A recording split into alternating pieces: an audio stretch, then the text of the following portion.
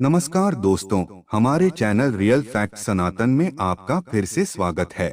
हमारा देश पौराणिक समय से ही ऋषियों महर्षियों की तपस्थली रहा है।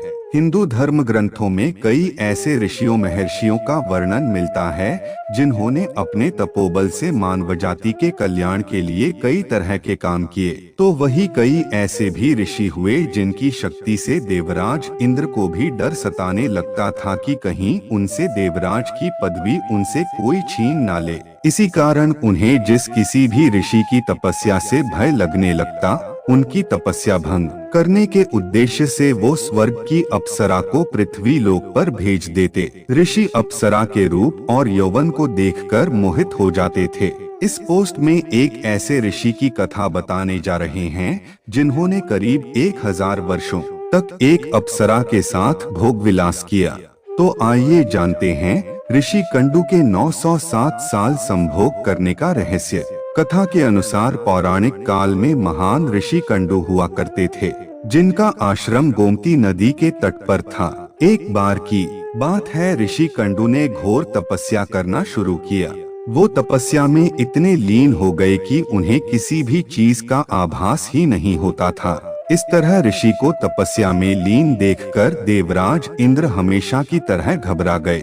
उन्हें यह डर सताने लगा कि कहीं ऋषि कंडू उनका स्वर्ग का सिंहासन छीन ना ले। इसी डर के परिणाम स्वरूप इंद्रदेव ने ऋषि कुंडू की तपस्या भंग करने के लिए प्रमलोचा नामक की अप्सरा को पृथ्वी लोक पर भेजने का निश्चय किया। एक संध्या नृत्य के बाद इंद्र ने प्रमलोचा को अपने पास बुलाया, फिर उसे अपनी सारी योजना बताई। बिना कोई प्रश्न किए प्रमलोचा इंद्र की योजना के मुताबिक पृथ्वी लोक के लिए प्रस्थान कर गई। पृथ्वी लोक पर प्रमलोचा सीधे वहां पहुंची जहां ऋषि कंडू तपस्या में लीन थे। फिर प्रमलोचा ने अपनी शरारतों से ऋषि कंडू ध्यान तोड़ दिया। उसके बाद जैसे ही ऋषि की नजर प्रमलोचा पर पड़ी तो वे उसके रूप और सौंदर्य को देखकर उस पर मोहित हो गए और उसे अपने साथ लेकर मंदरांचल पर्वत की गुफाओं में चले गए। उसके बाद ऋषि कंडू प्रमलोचा के सौंदर्य में इतना खो गए कि वो 100 से अधिक वर्षों तक उसके साथ भोग विलास करते रहे। 100 वर्ष बाद एक दिन अप्सरा प्रमलोचा ने ऋषि कंडू से कहा कि हे ऋषि, अब मैं स्वर्गलोक वापस जाना चाहती हूँ, इसलिए आप मुझे खुशी खुशी विदा कीजिए। अप्सरा के मुख से जाने की बात सुनकर ऋषि उदास हो गए और उन्होंने कहा, हे देवी, अभी थोड़े दिन और रुक जाती तो अच्छा होता। ऋषि को उदास देखकर अप्सरा पृथ्वी लोक पर और रुकने को मान गई। फिर ऋषि कंडू ने अगले 100 वर्षों तक उसी गुफा में अप्सरा के साथ भोग विलास किया। फिर 100 वर्षों बाद एक दिन प्रमलोचा ने ऋषि कंडू से कहा, हे मुनि, मुझे पृथ्वी लोक पर आए बहुत समय हो गया, अब तो आप मुझे स्वर्गलोक जाने की आज्ञा दें। ऋषि कंडू उसकी बात सुनकर फिर व्यथित हो गए।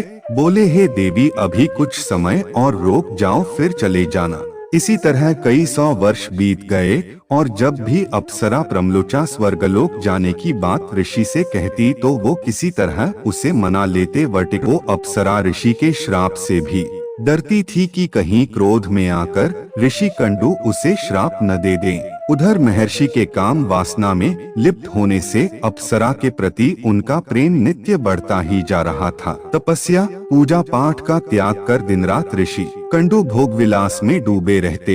एक दिन की बात है, ऋषि कंडू बड़ी तेजी से अपनी कुटिया से निकल रहे थे। तभी प्रमलोचा उनके पास आई और पूछने लगी, है मुनि, आप कहाँ जा रहे हैं? तब ऋषि कंडू ने कहा कि हे भद्रे, दिन अस्त हो चुका है, आज मैं संध्योपासना करने जा रहा हूँ। अगर ऐसा नहीं किया तो मेरा धर्म नष्ट हो जाएगा। यह सुनकर प्रमलोचा मुस्कुराए बिना ना रह सकी और बोली, है सब वेदों के ज्ञाता, इतने वर्षों में क्या आज पहली बार सूर्यास्त हुआ है?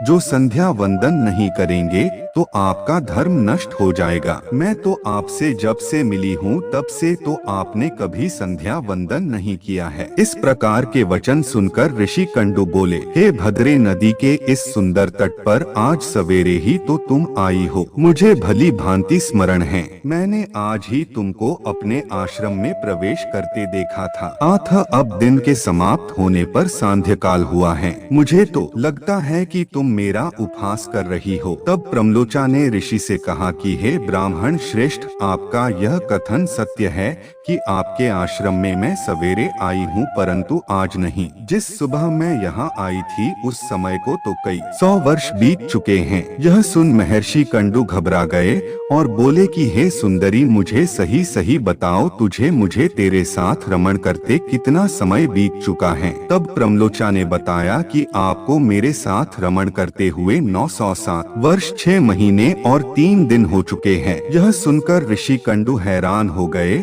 और बोले, हे प्रिय, क्या तुम सत्य कह रही हो या फिर मेरे साथ कोई मजाक कर रही हो? मुझे तो ऐसा प्रतीत होता है कि मैं तुम्हारे साथ एक दिन ही रहा हूँ। तब प्रमलोचा बोली कि हे ब्राह्मण, मैं आपसे झूठ कैसे बोले सकती हूँ, वो भी उस समय जब आप अपने धर्म मार्ग का अनुसरण करने के लिए तत्पर होकर मुझसे पूछ रहे हो। मैं यहाँ किसी के कहने से आई थी। ऋषि, आप क्रोधित ना हो, मैं आपको सारी घटना का सत्य बताती हूँ। परंतु हे ऋषि, मेरा इसमें कोई दोष नहीं है, इसलिए मुझे क्षमा कर दीजिएगा। तब ऋषि कंडू ने कहा कि जल्दी बताओ, तुम्हें यहाँ किसने भेजा था? तब प्रमलोचा ने कहा कि आपकी तपस्या से देवराज इंद्र को डर लगने लगा था और उन्होंने ही आपकी तपस्या भंग करने के लिए मुझे यहाँ भेजा था। प्रमलोचा के मुख से ऐसे वाक्य सुनकर ऋषि कंडू व्याकुल हो गए और बोले कि धिक्कार है मुझ पर, मेरा धर्म नष्ट हो गया। एक स्त्री ने मेरी बुद्धि को भ्रष्ट कर दिया। इस स्त्री के संग से मेरा समस्त जीवन का तप नष्ट हो गया। इसलिए हे पापिन स्त्री, अब तू जहाँ चाहे जा सकती है, क्योंकि तुझे इंद्र ने जिस कार्य के लिए भेजा था वह कार्य संपन्न हो गया। तूने मेरा तप नष्ट कर दिया है। महर्षि को इस तरह क्रोधित देख प्रमलोचा भय से कांपने लगी, जिस वजह से उसका पूरा शरीर पसीने से भीग गया था।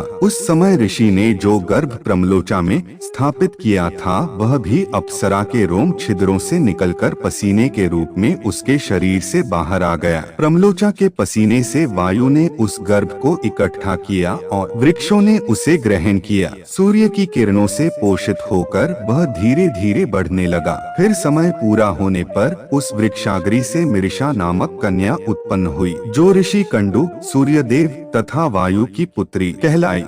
प्रियो मित्रों, आशा करता हूँ कि आपको हमारी यह वीडियो पसंद आई होगी। अगर पसंद आई है तो वीडियो को लाइक करने के साथ साथ अपने मित्र और परिवारों के साथ शेयर जरूर करें और ऐसी ही आध्यात्मिक जानकारी के लिए रियल फैक्ट सनातन परिवार का हिस्सा बने। हमसे जुड़े रहने के लिए सब्सक्राइब करें हमारा यूट्यूब चैनल रियल फैक्ट सनातन। धन्यवाद।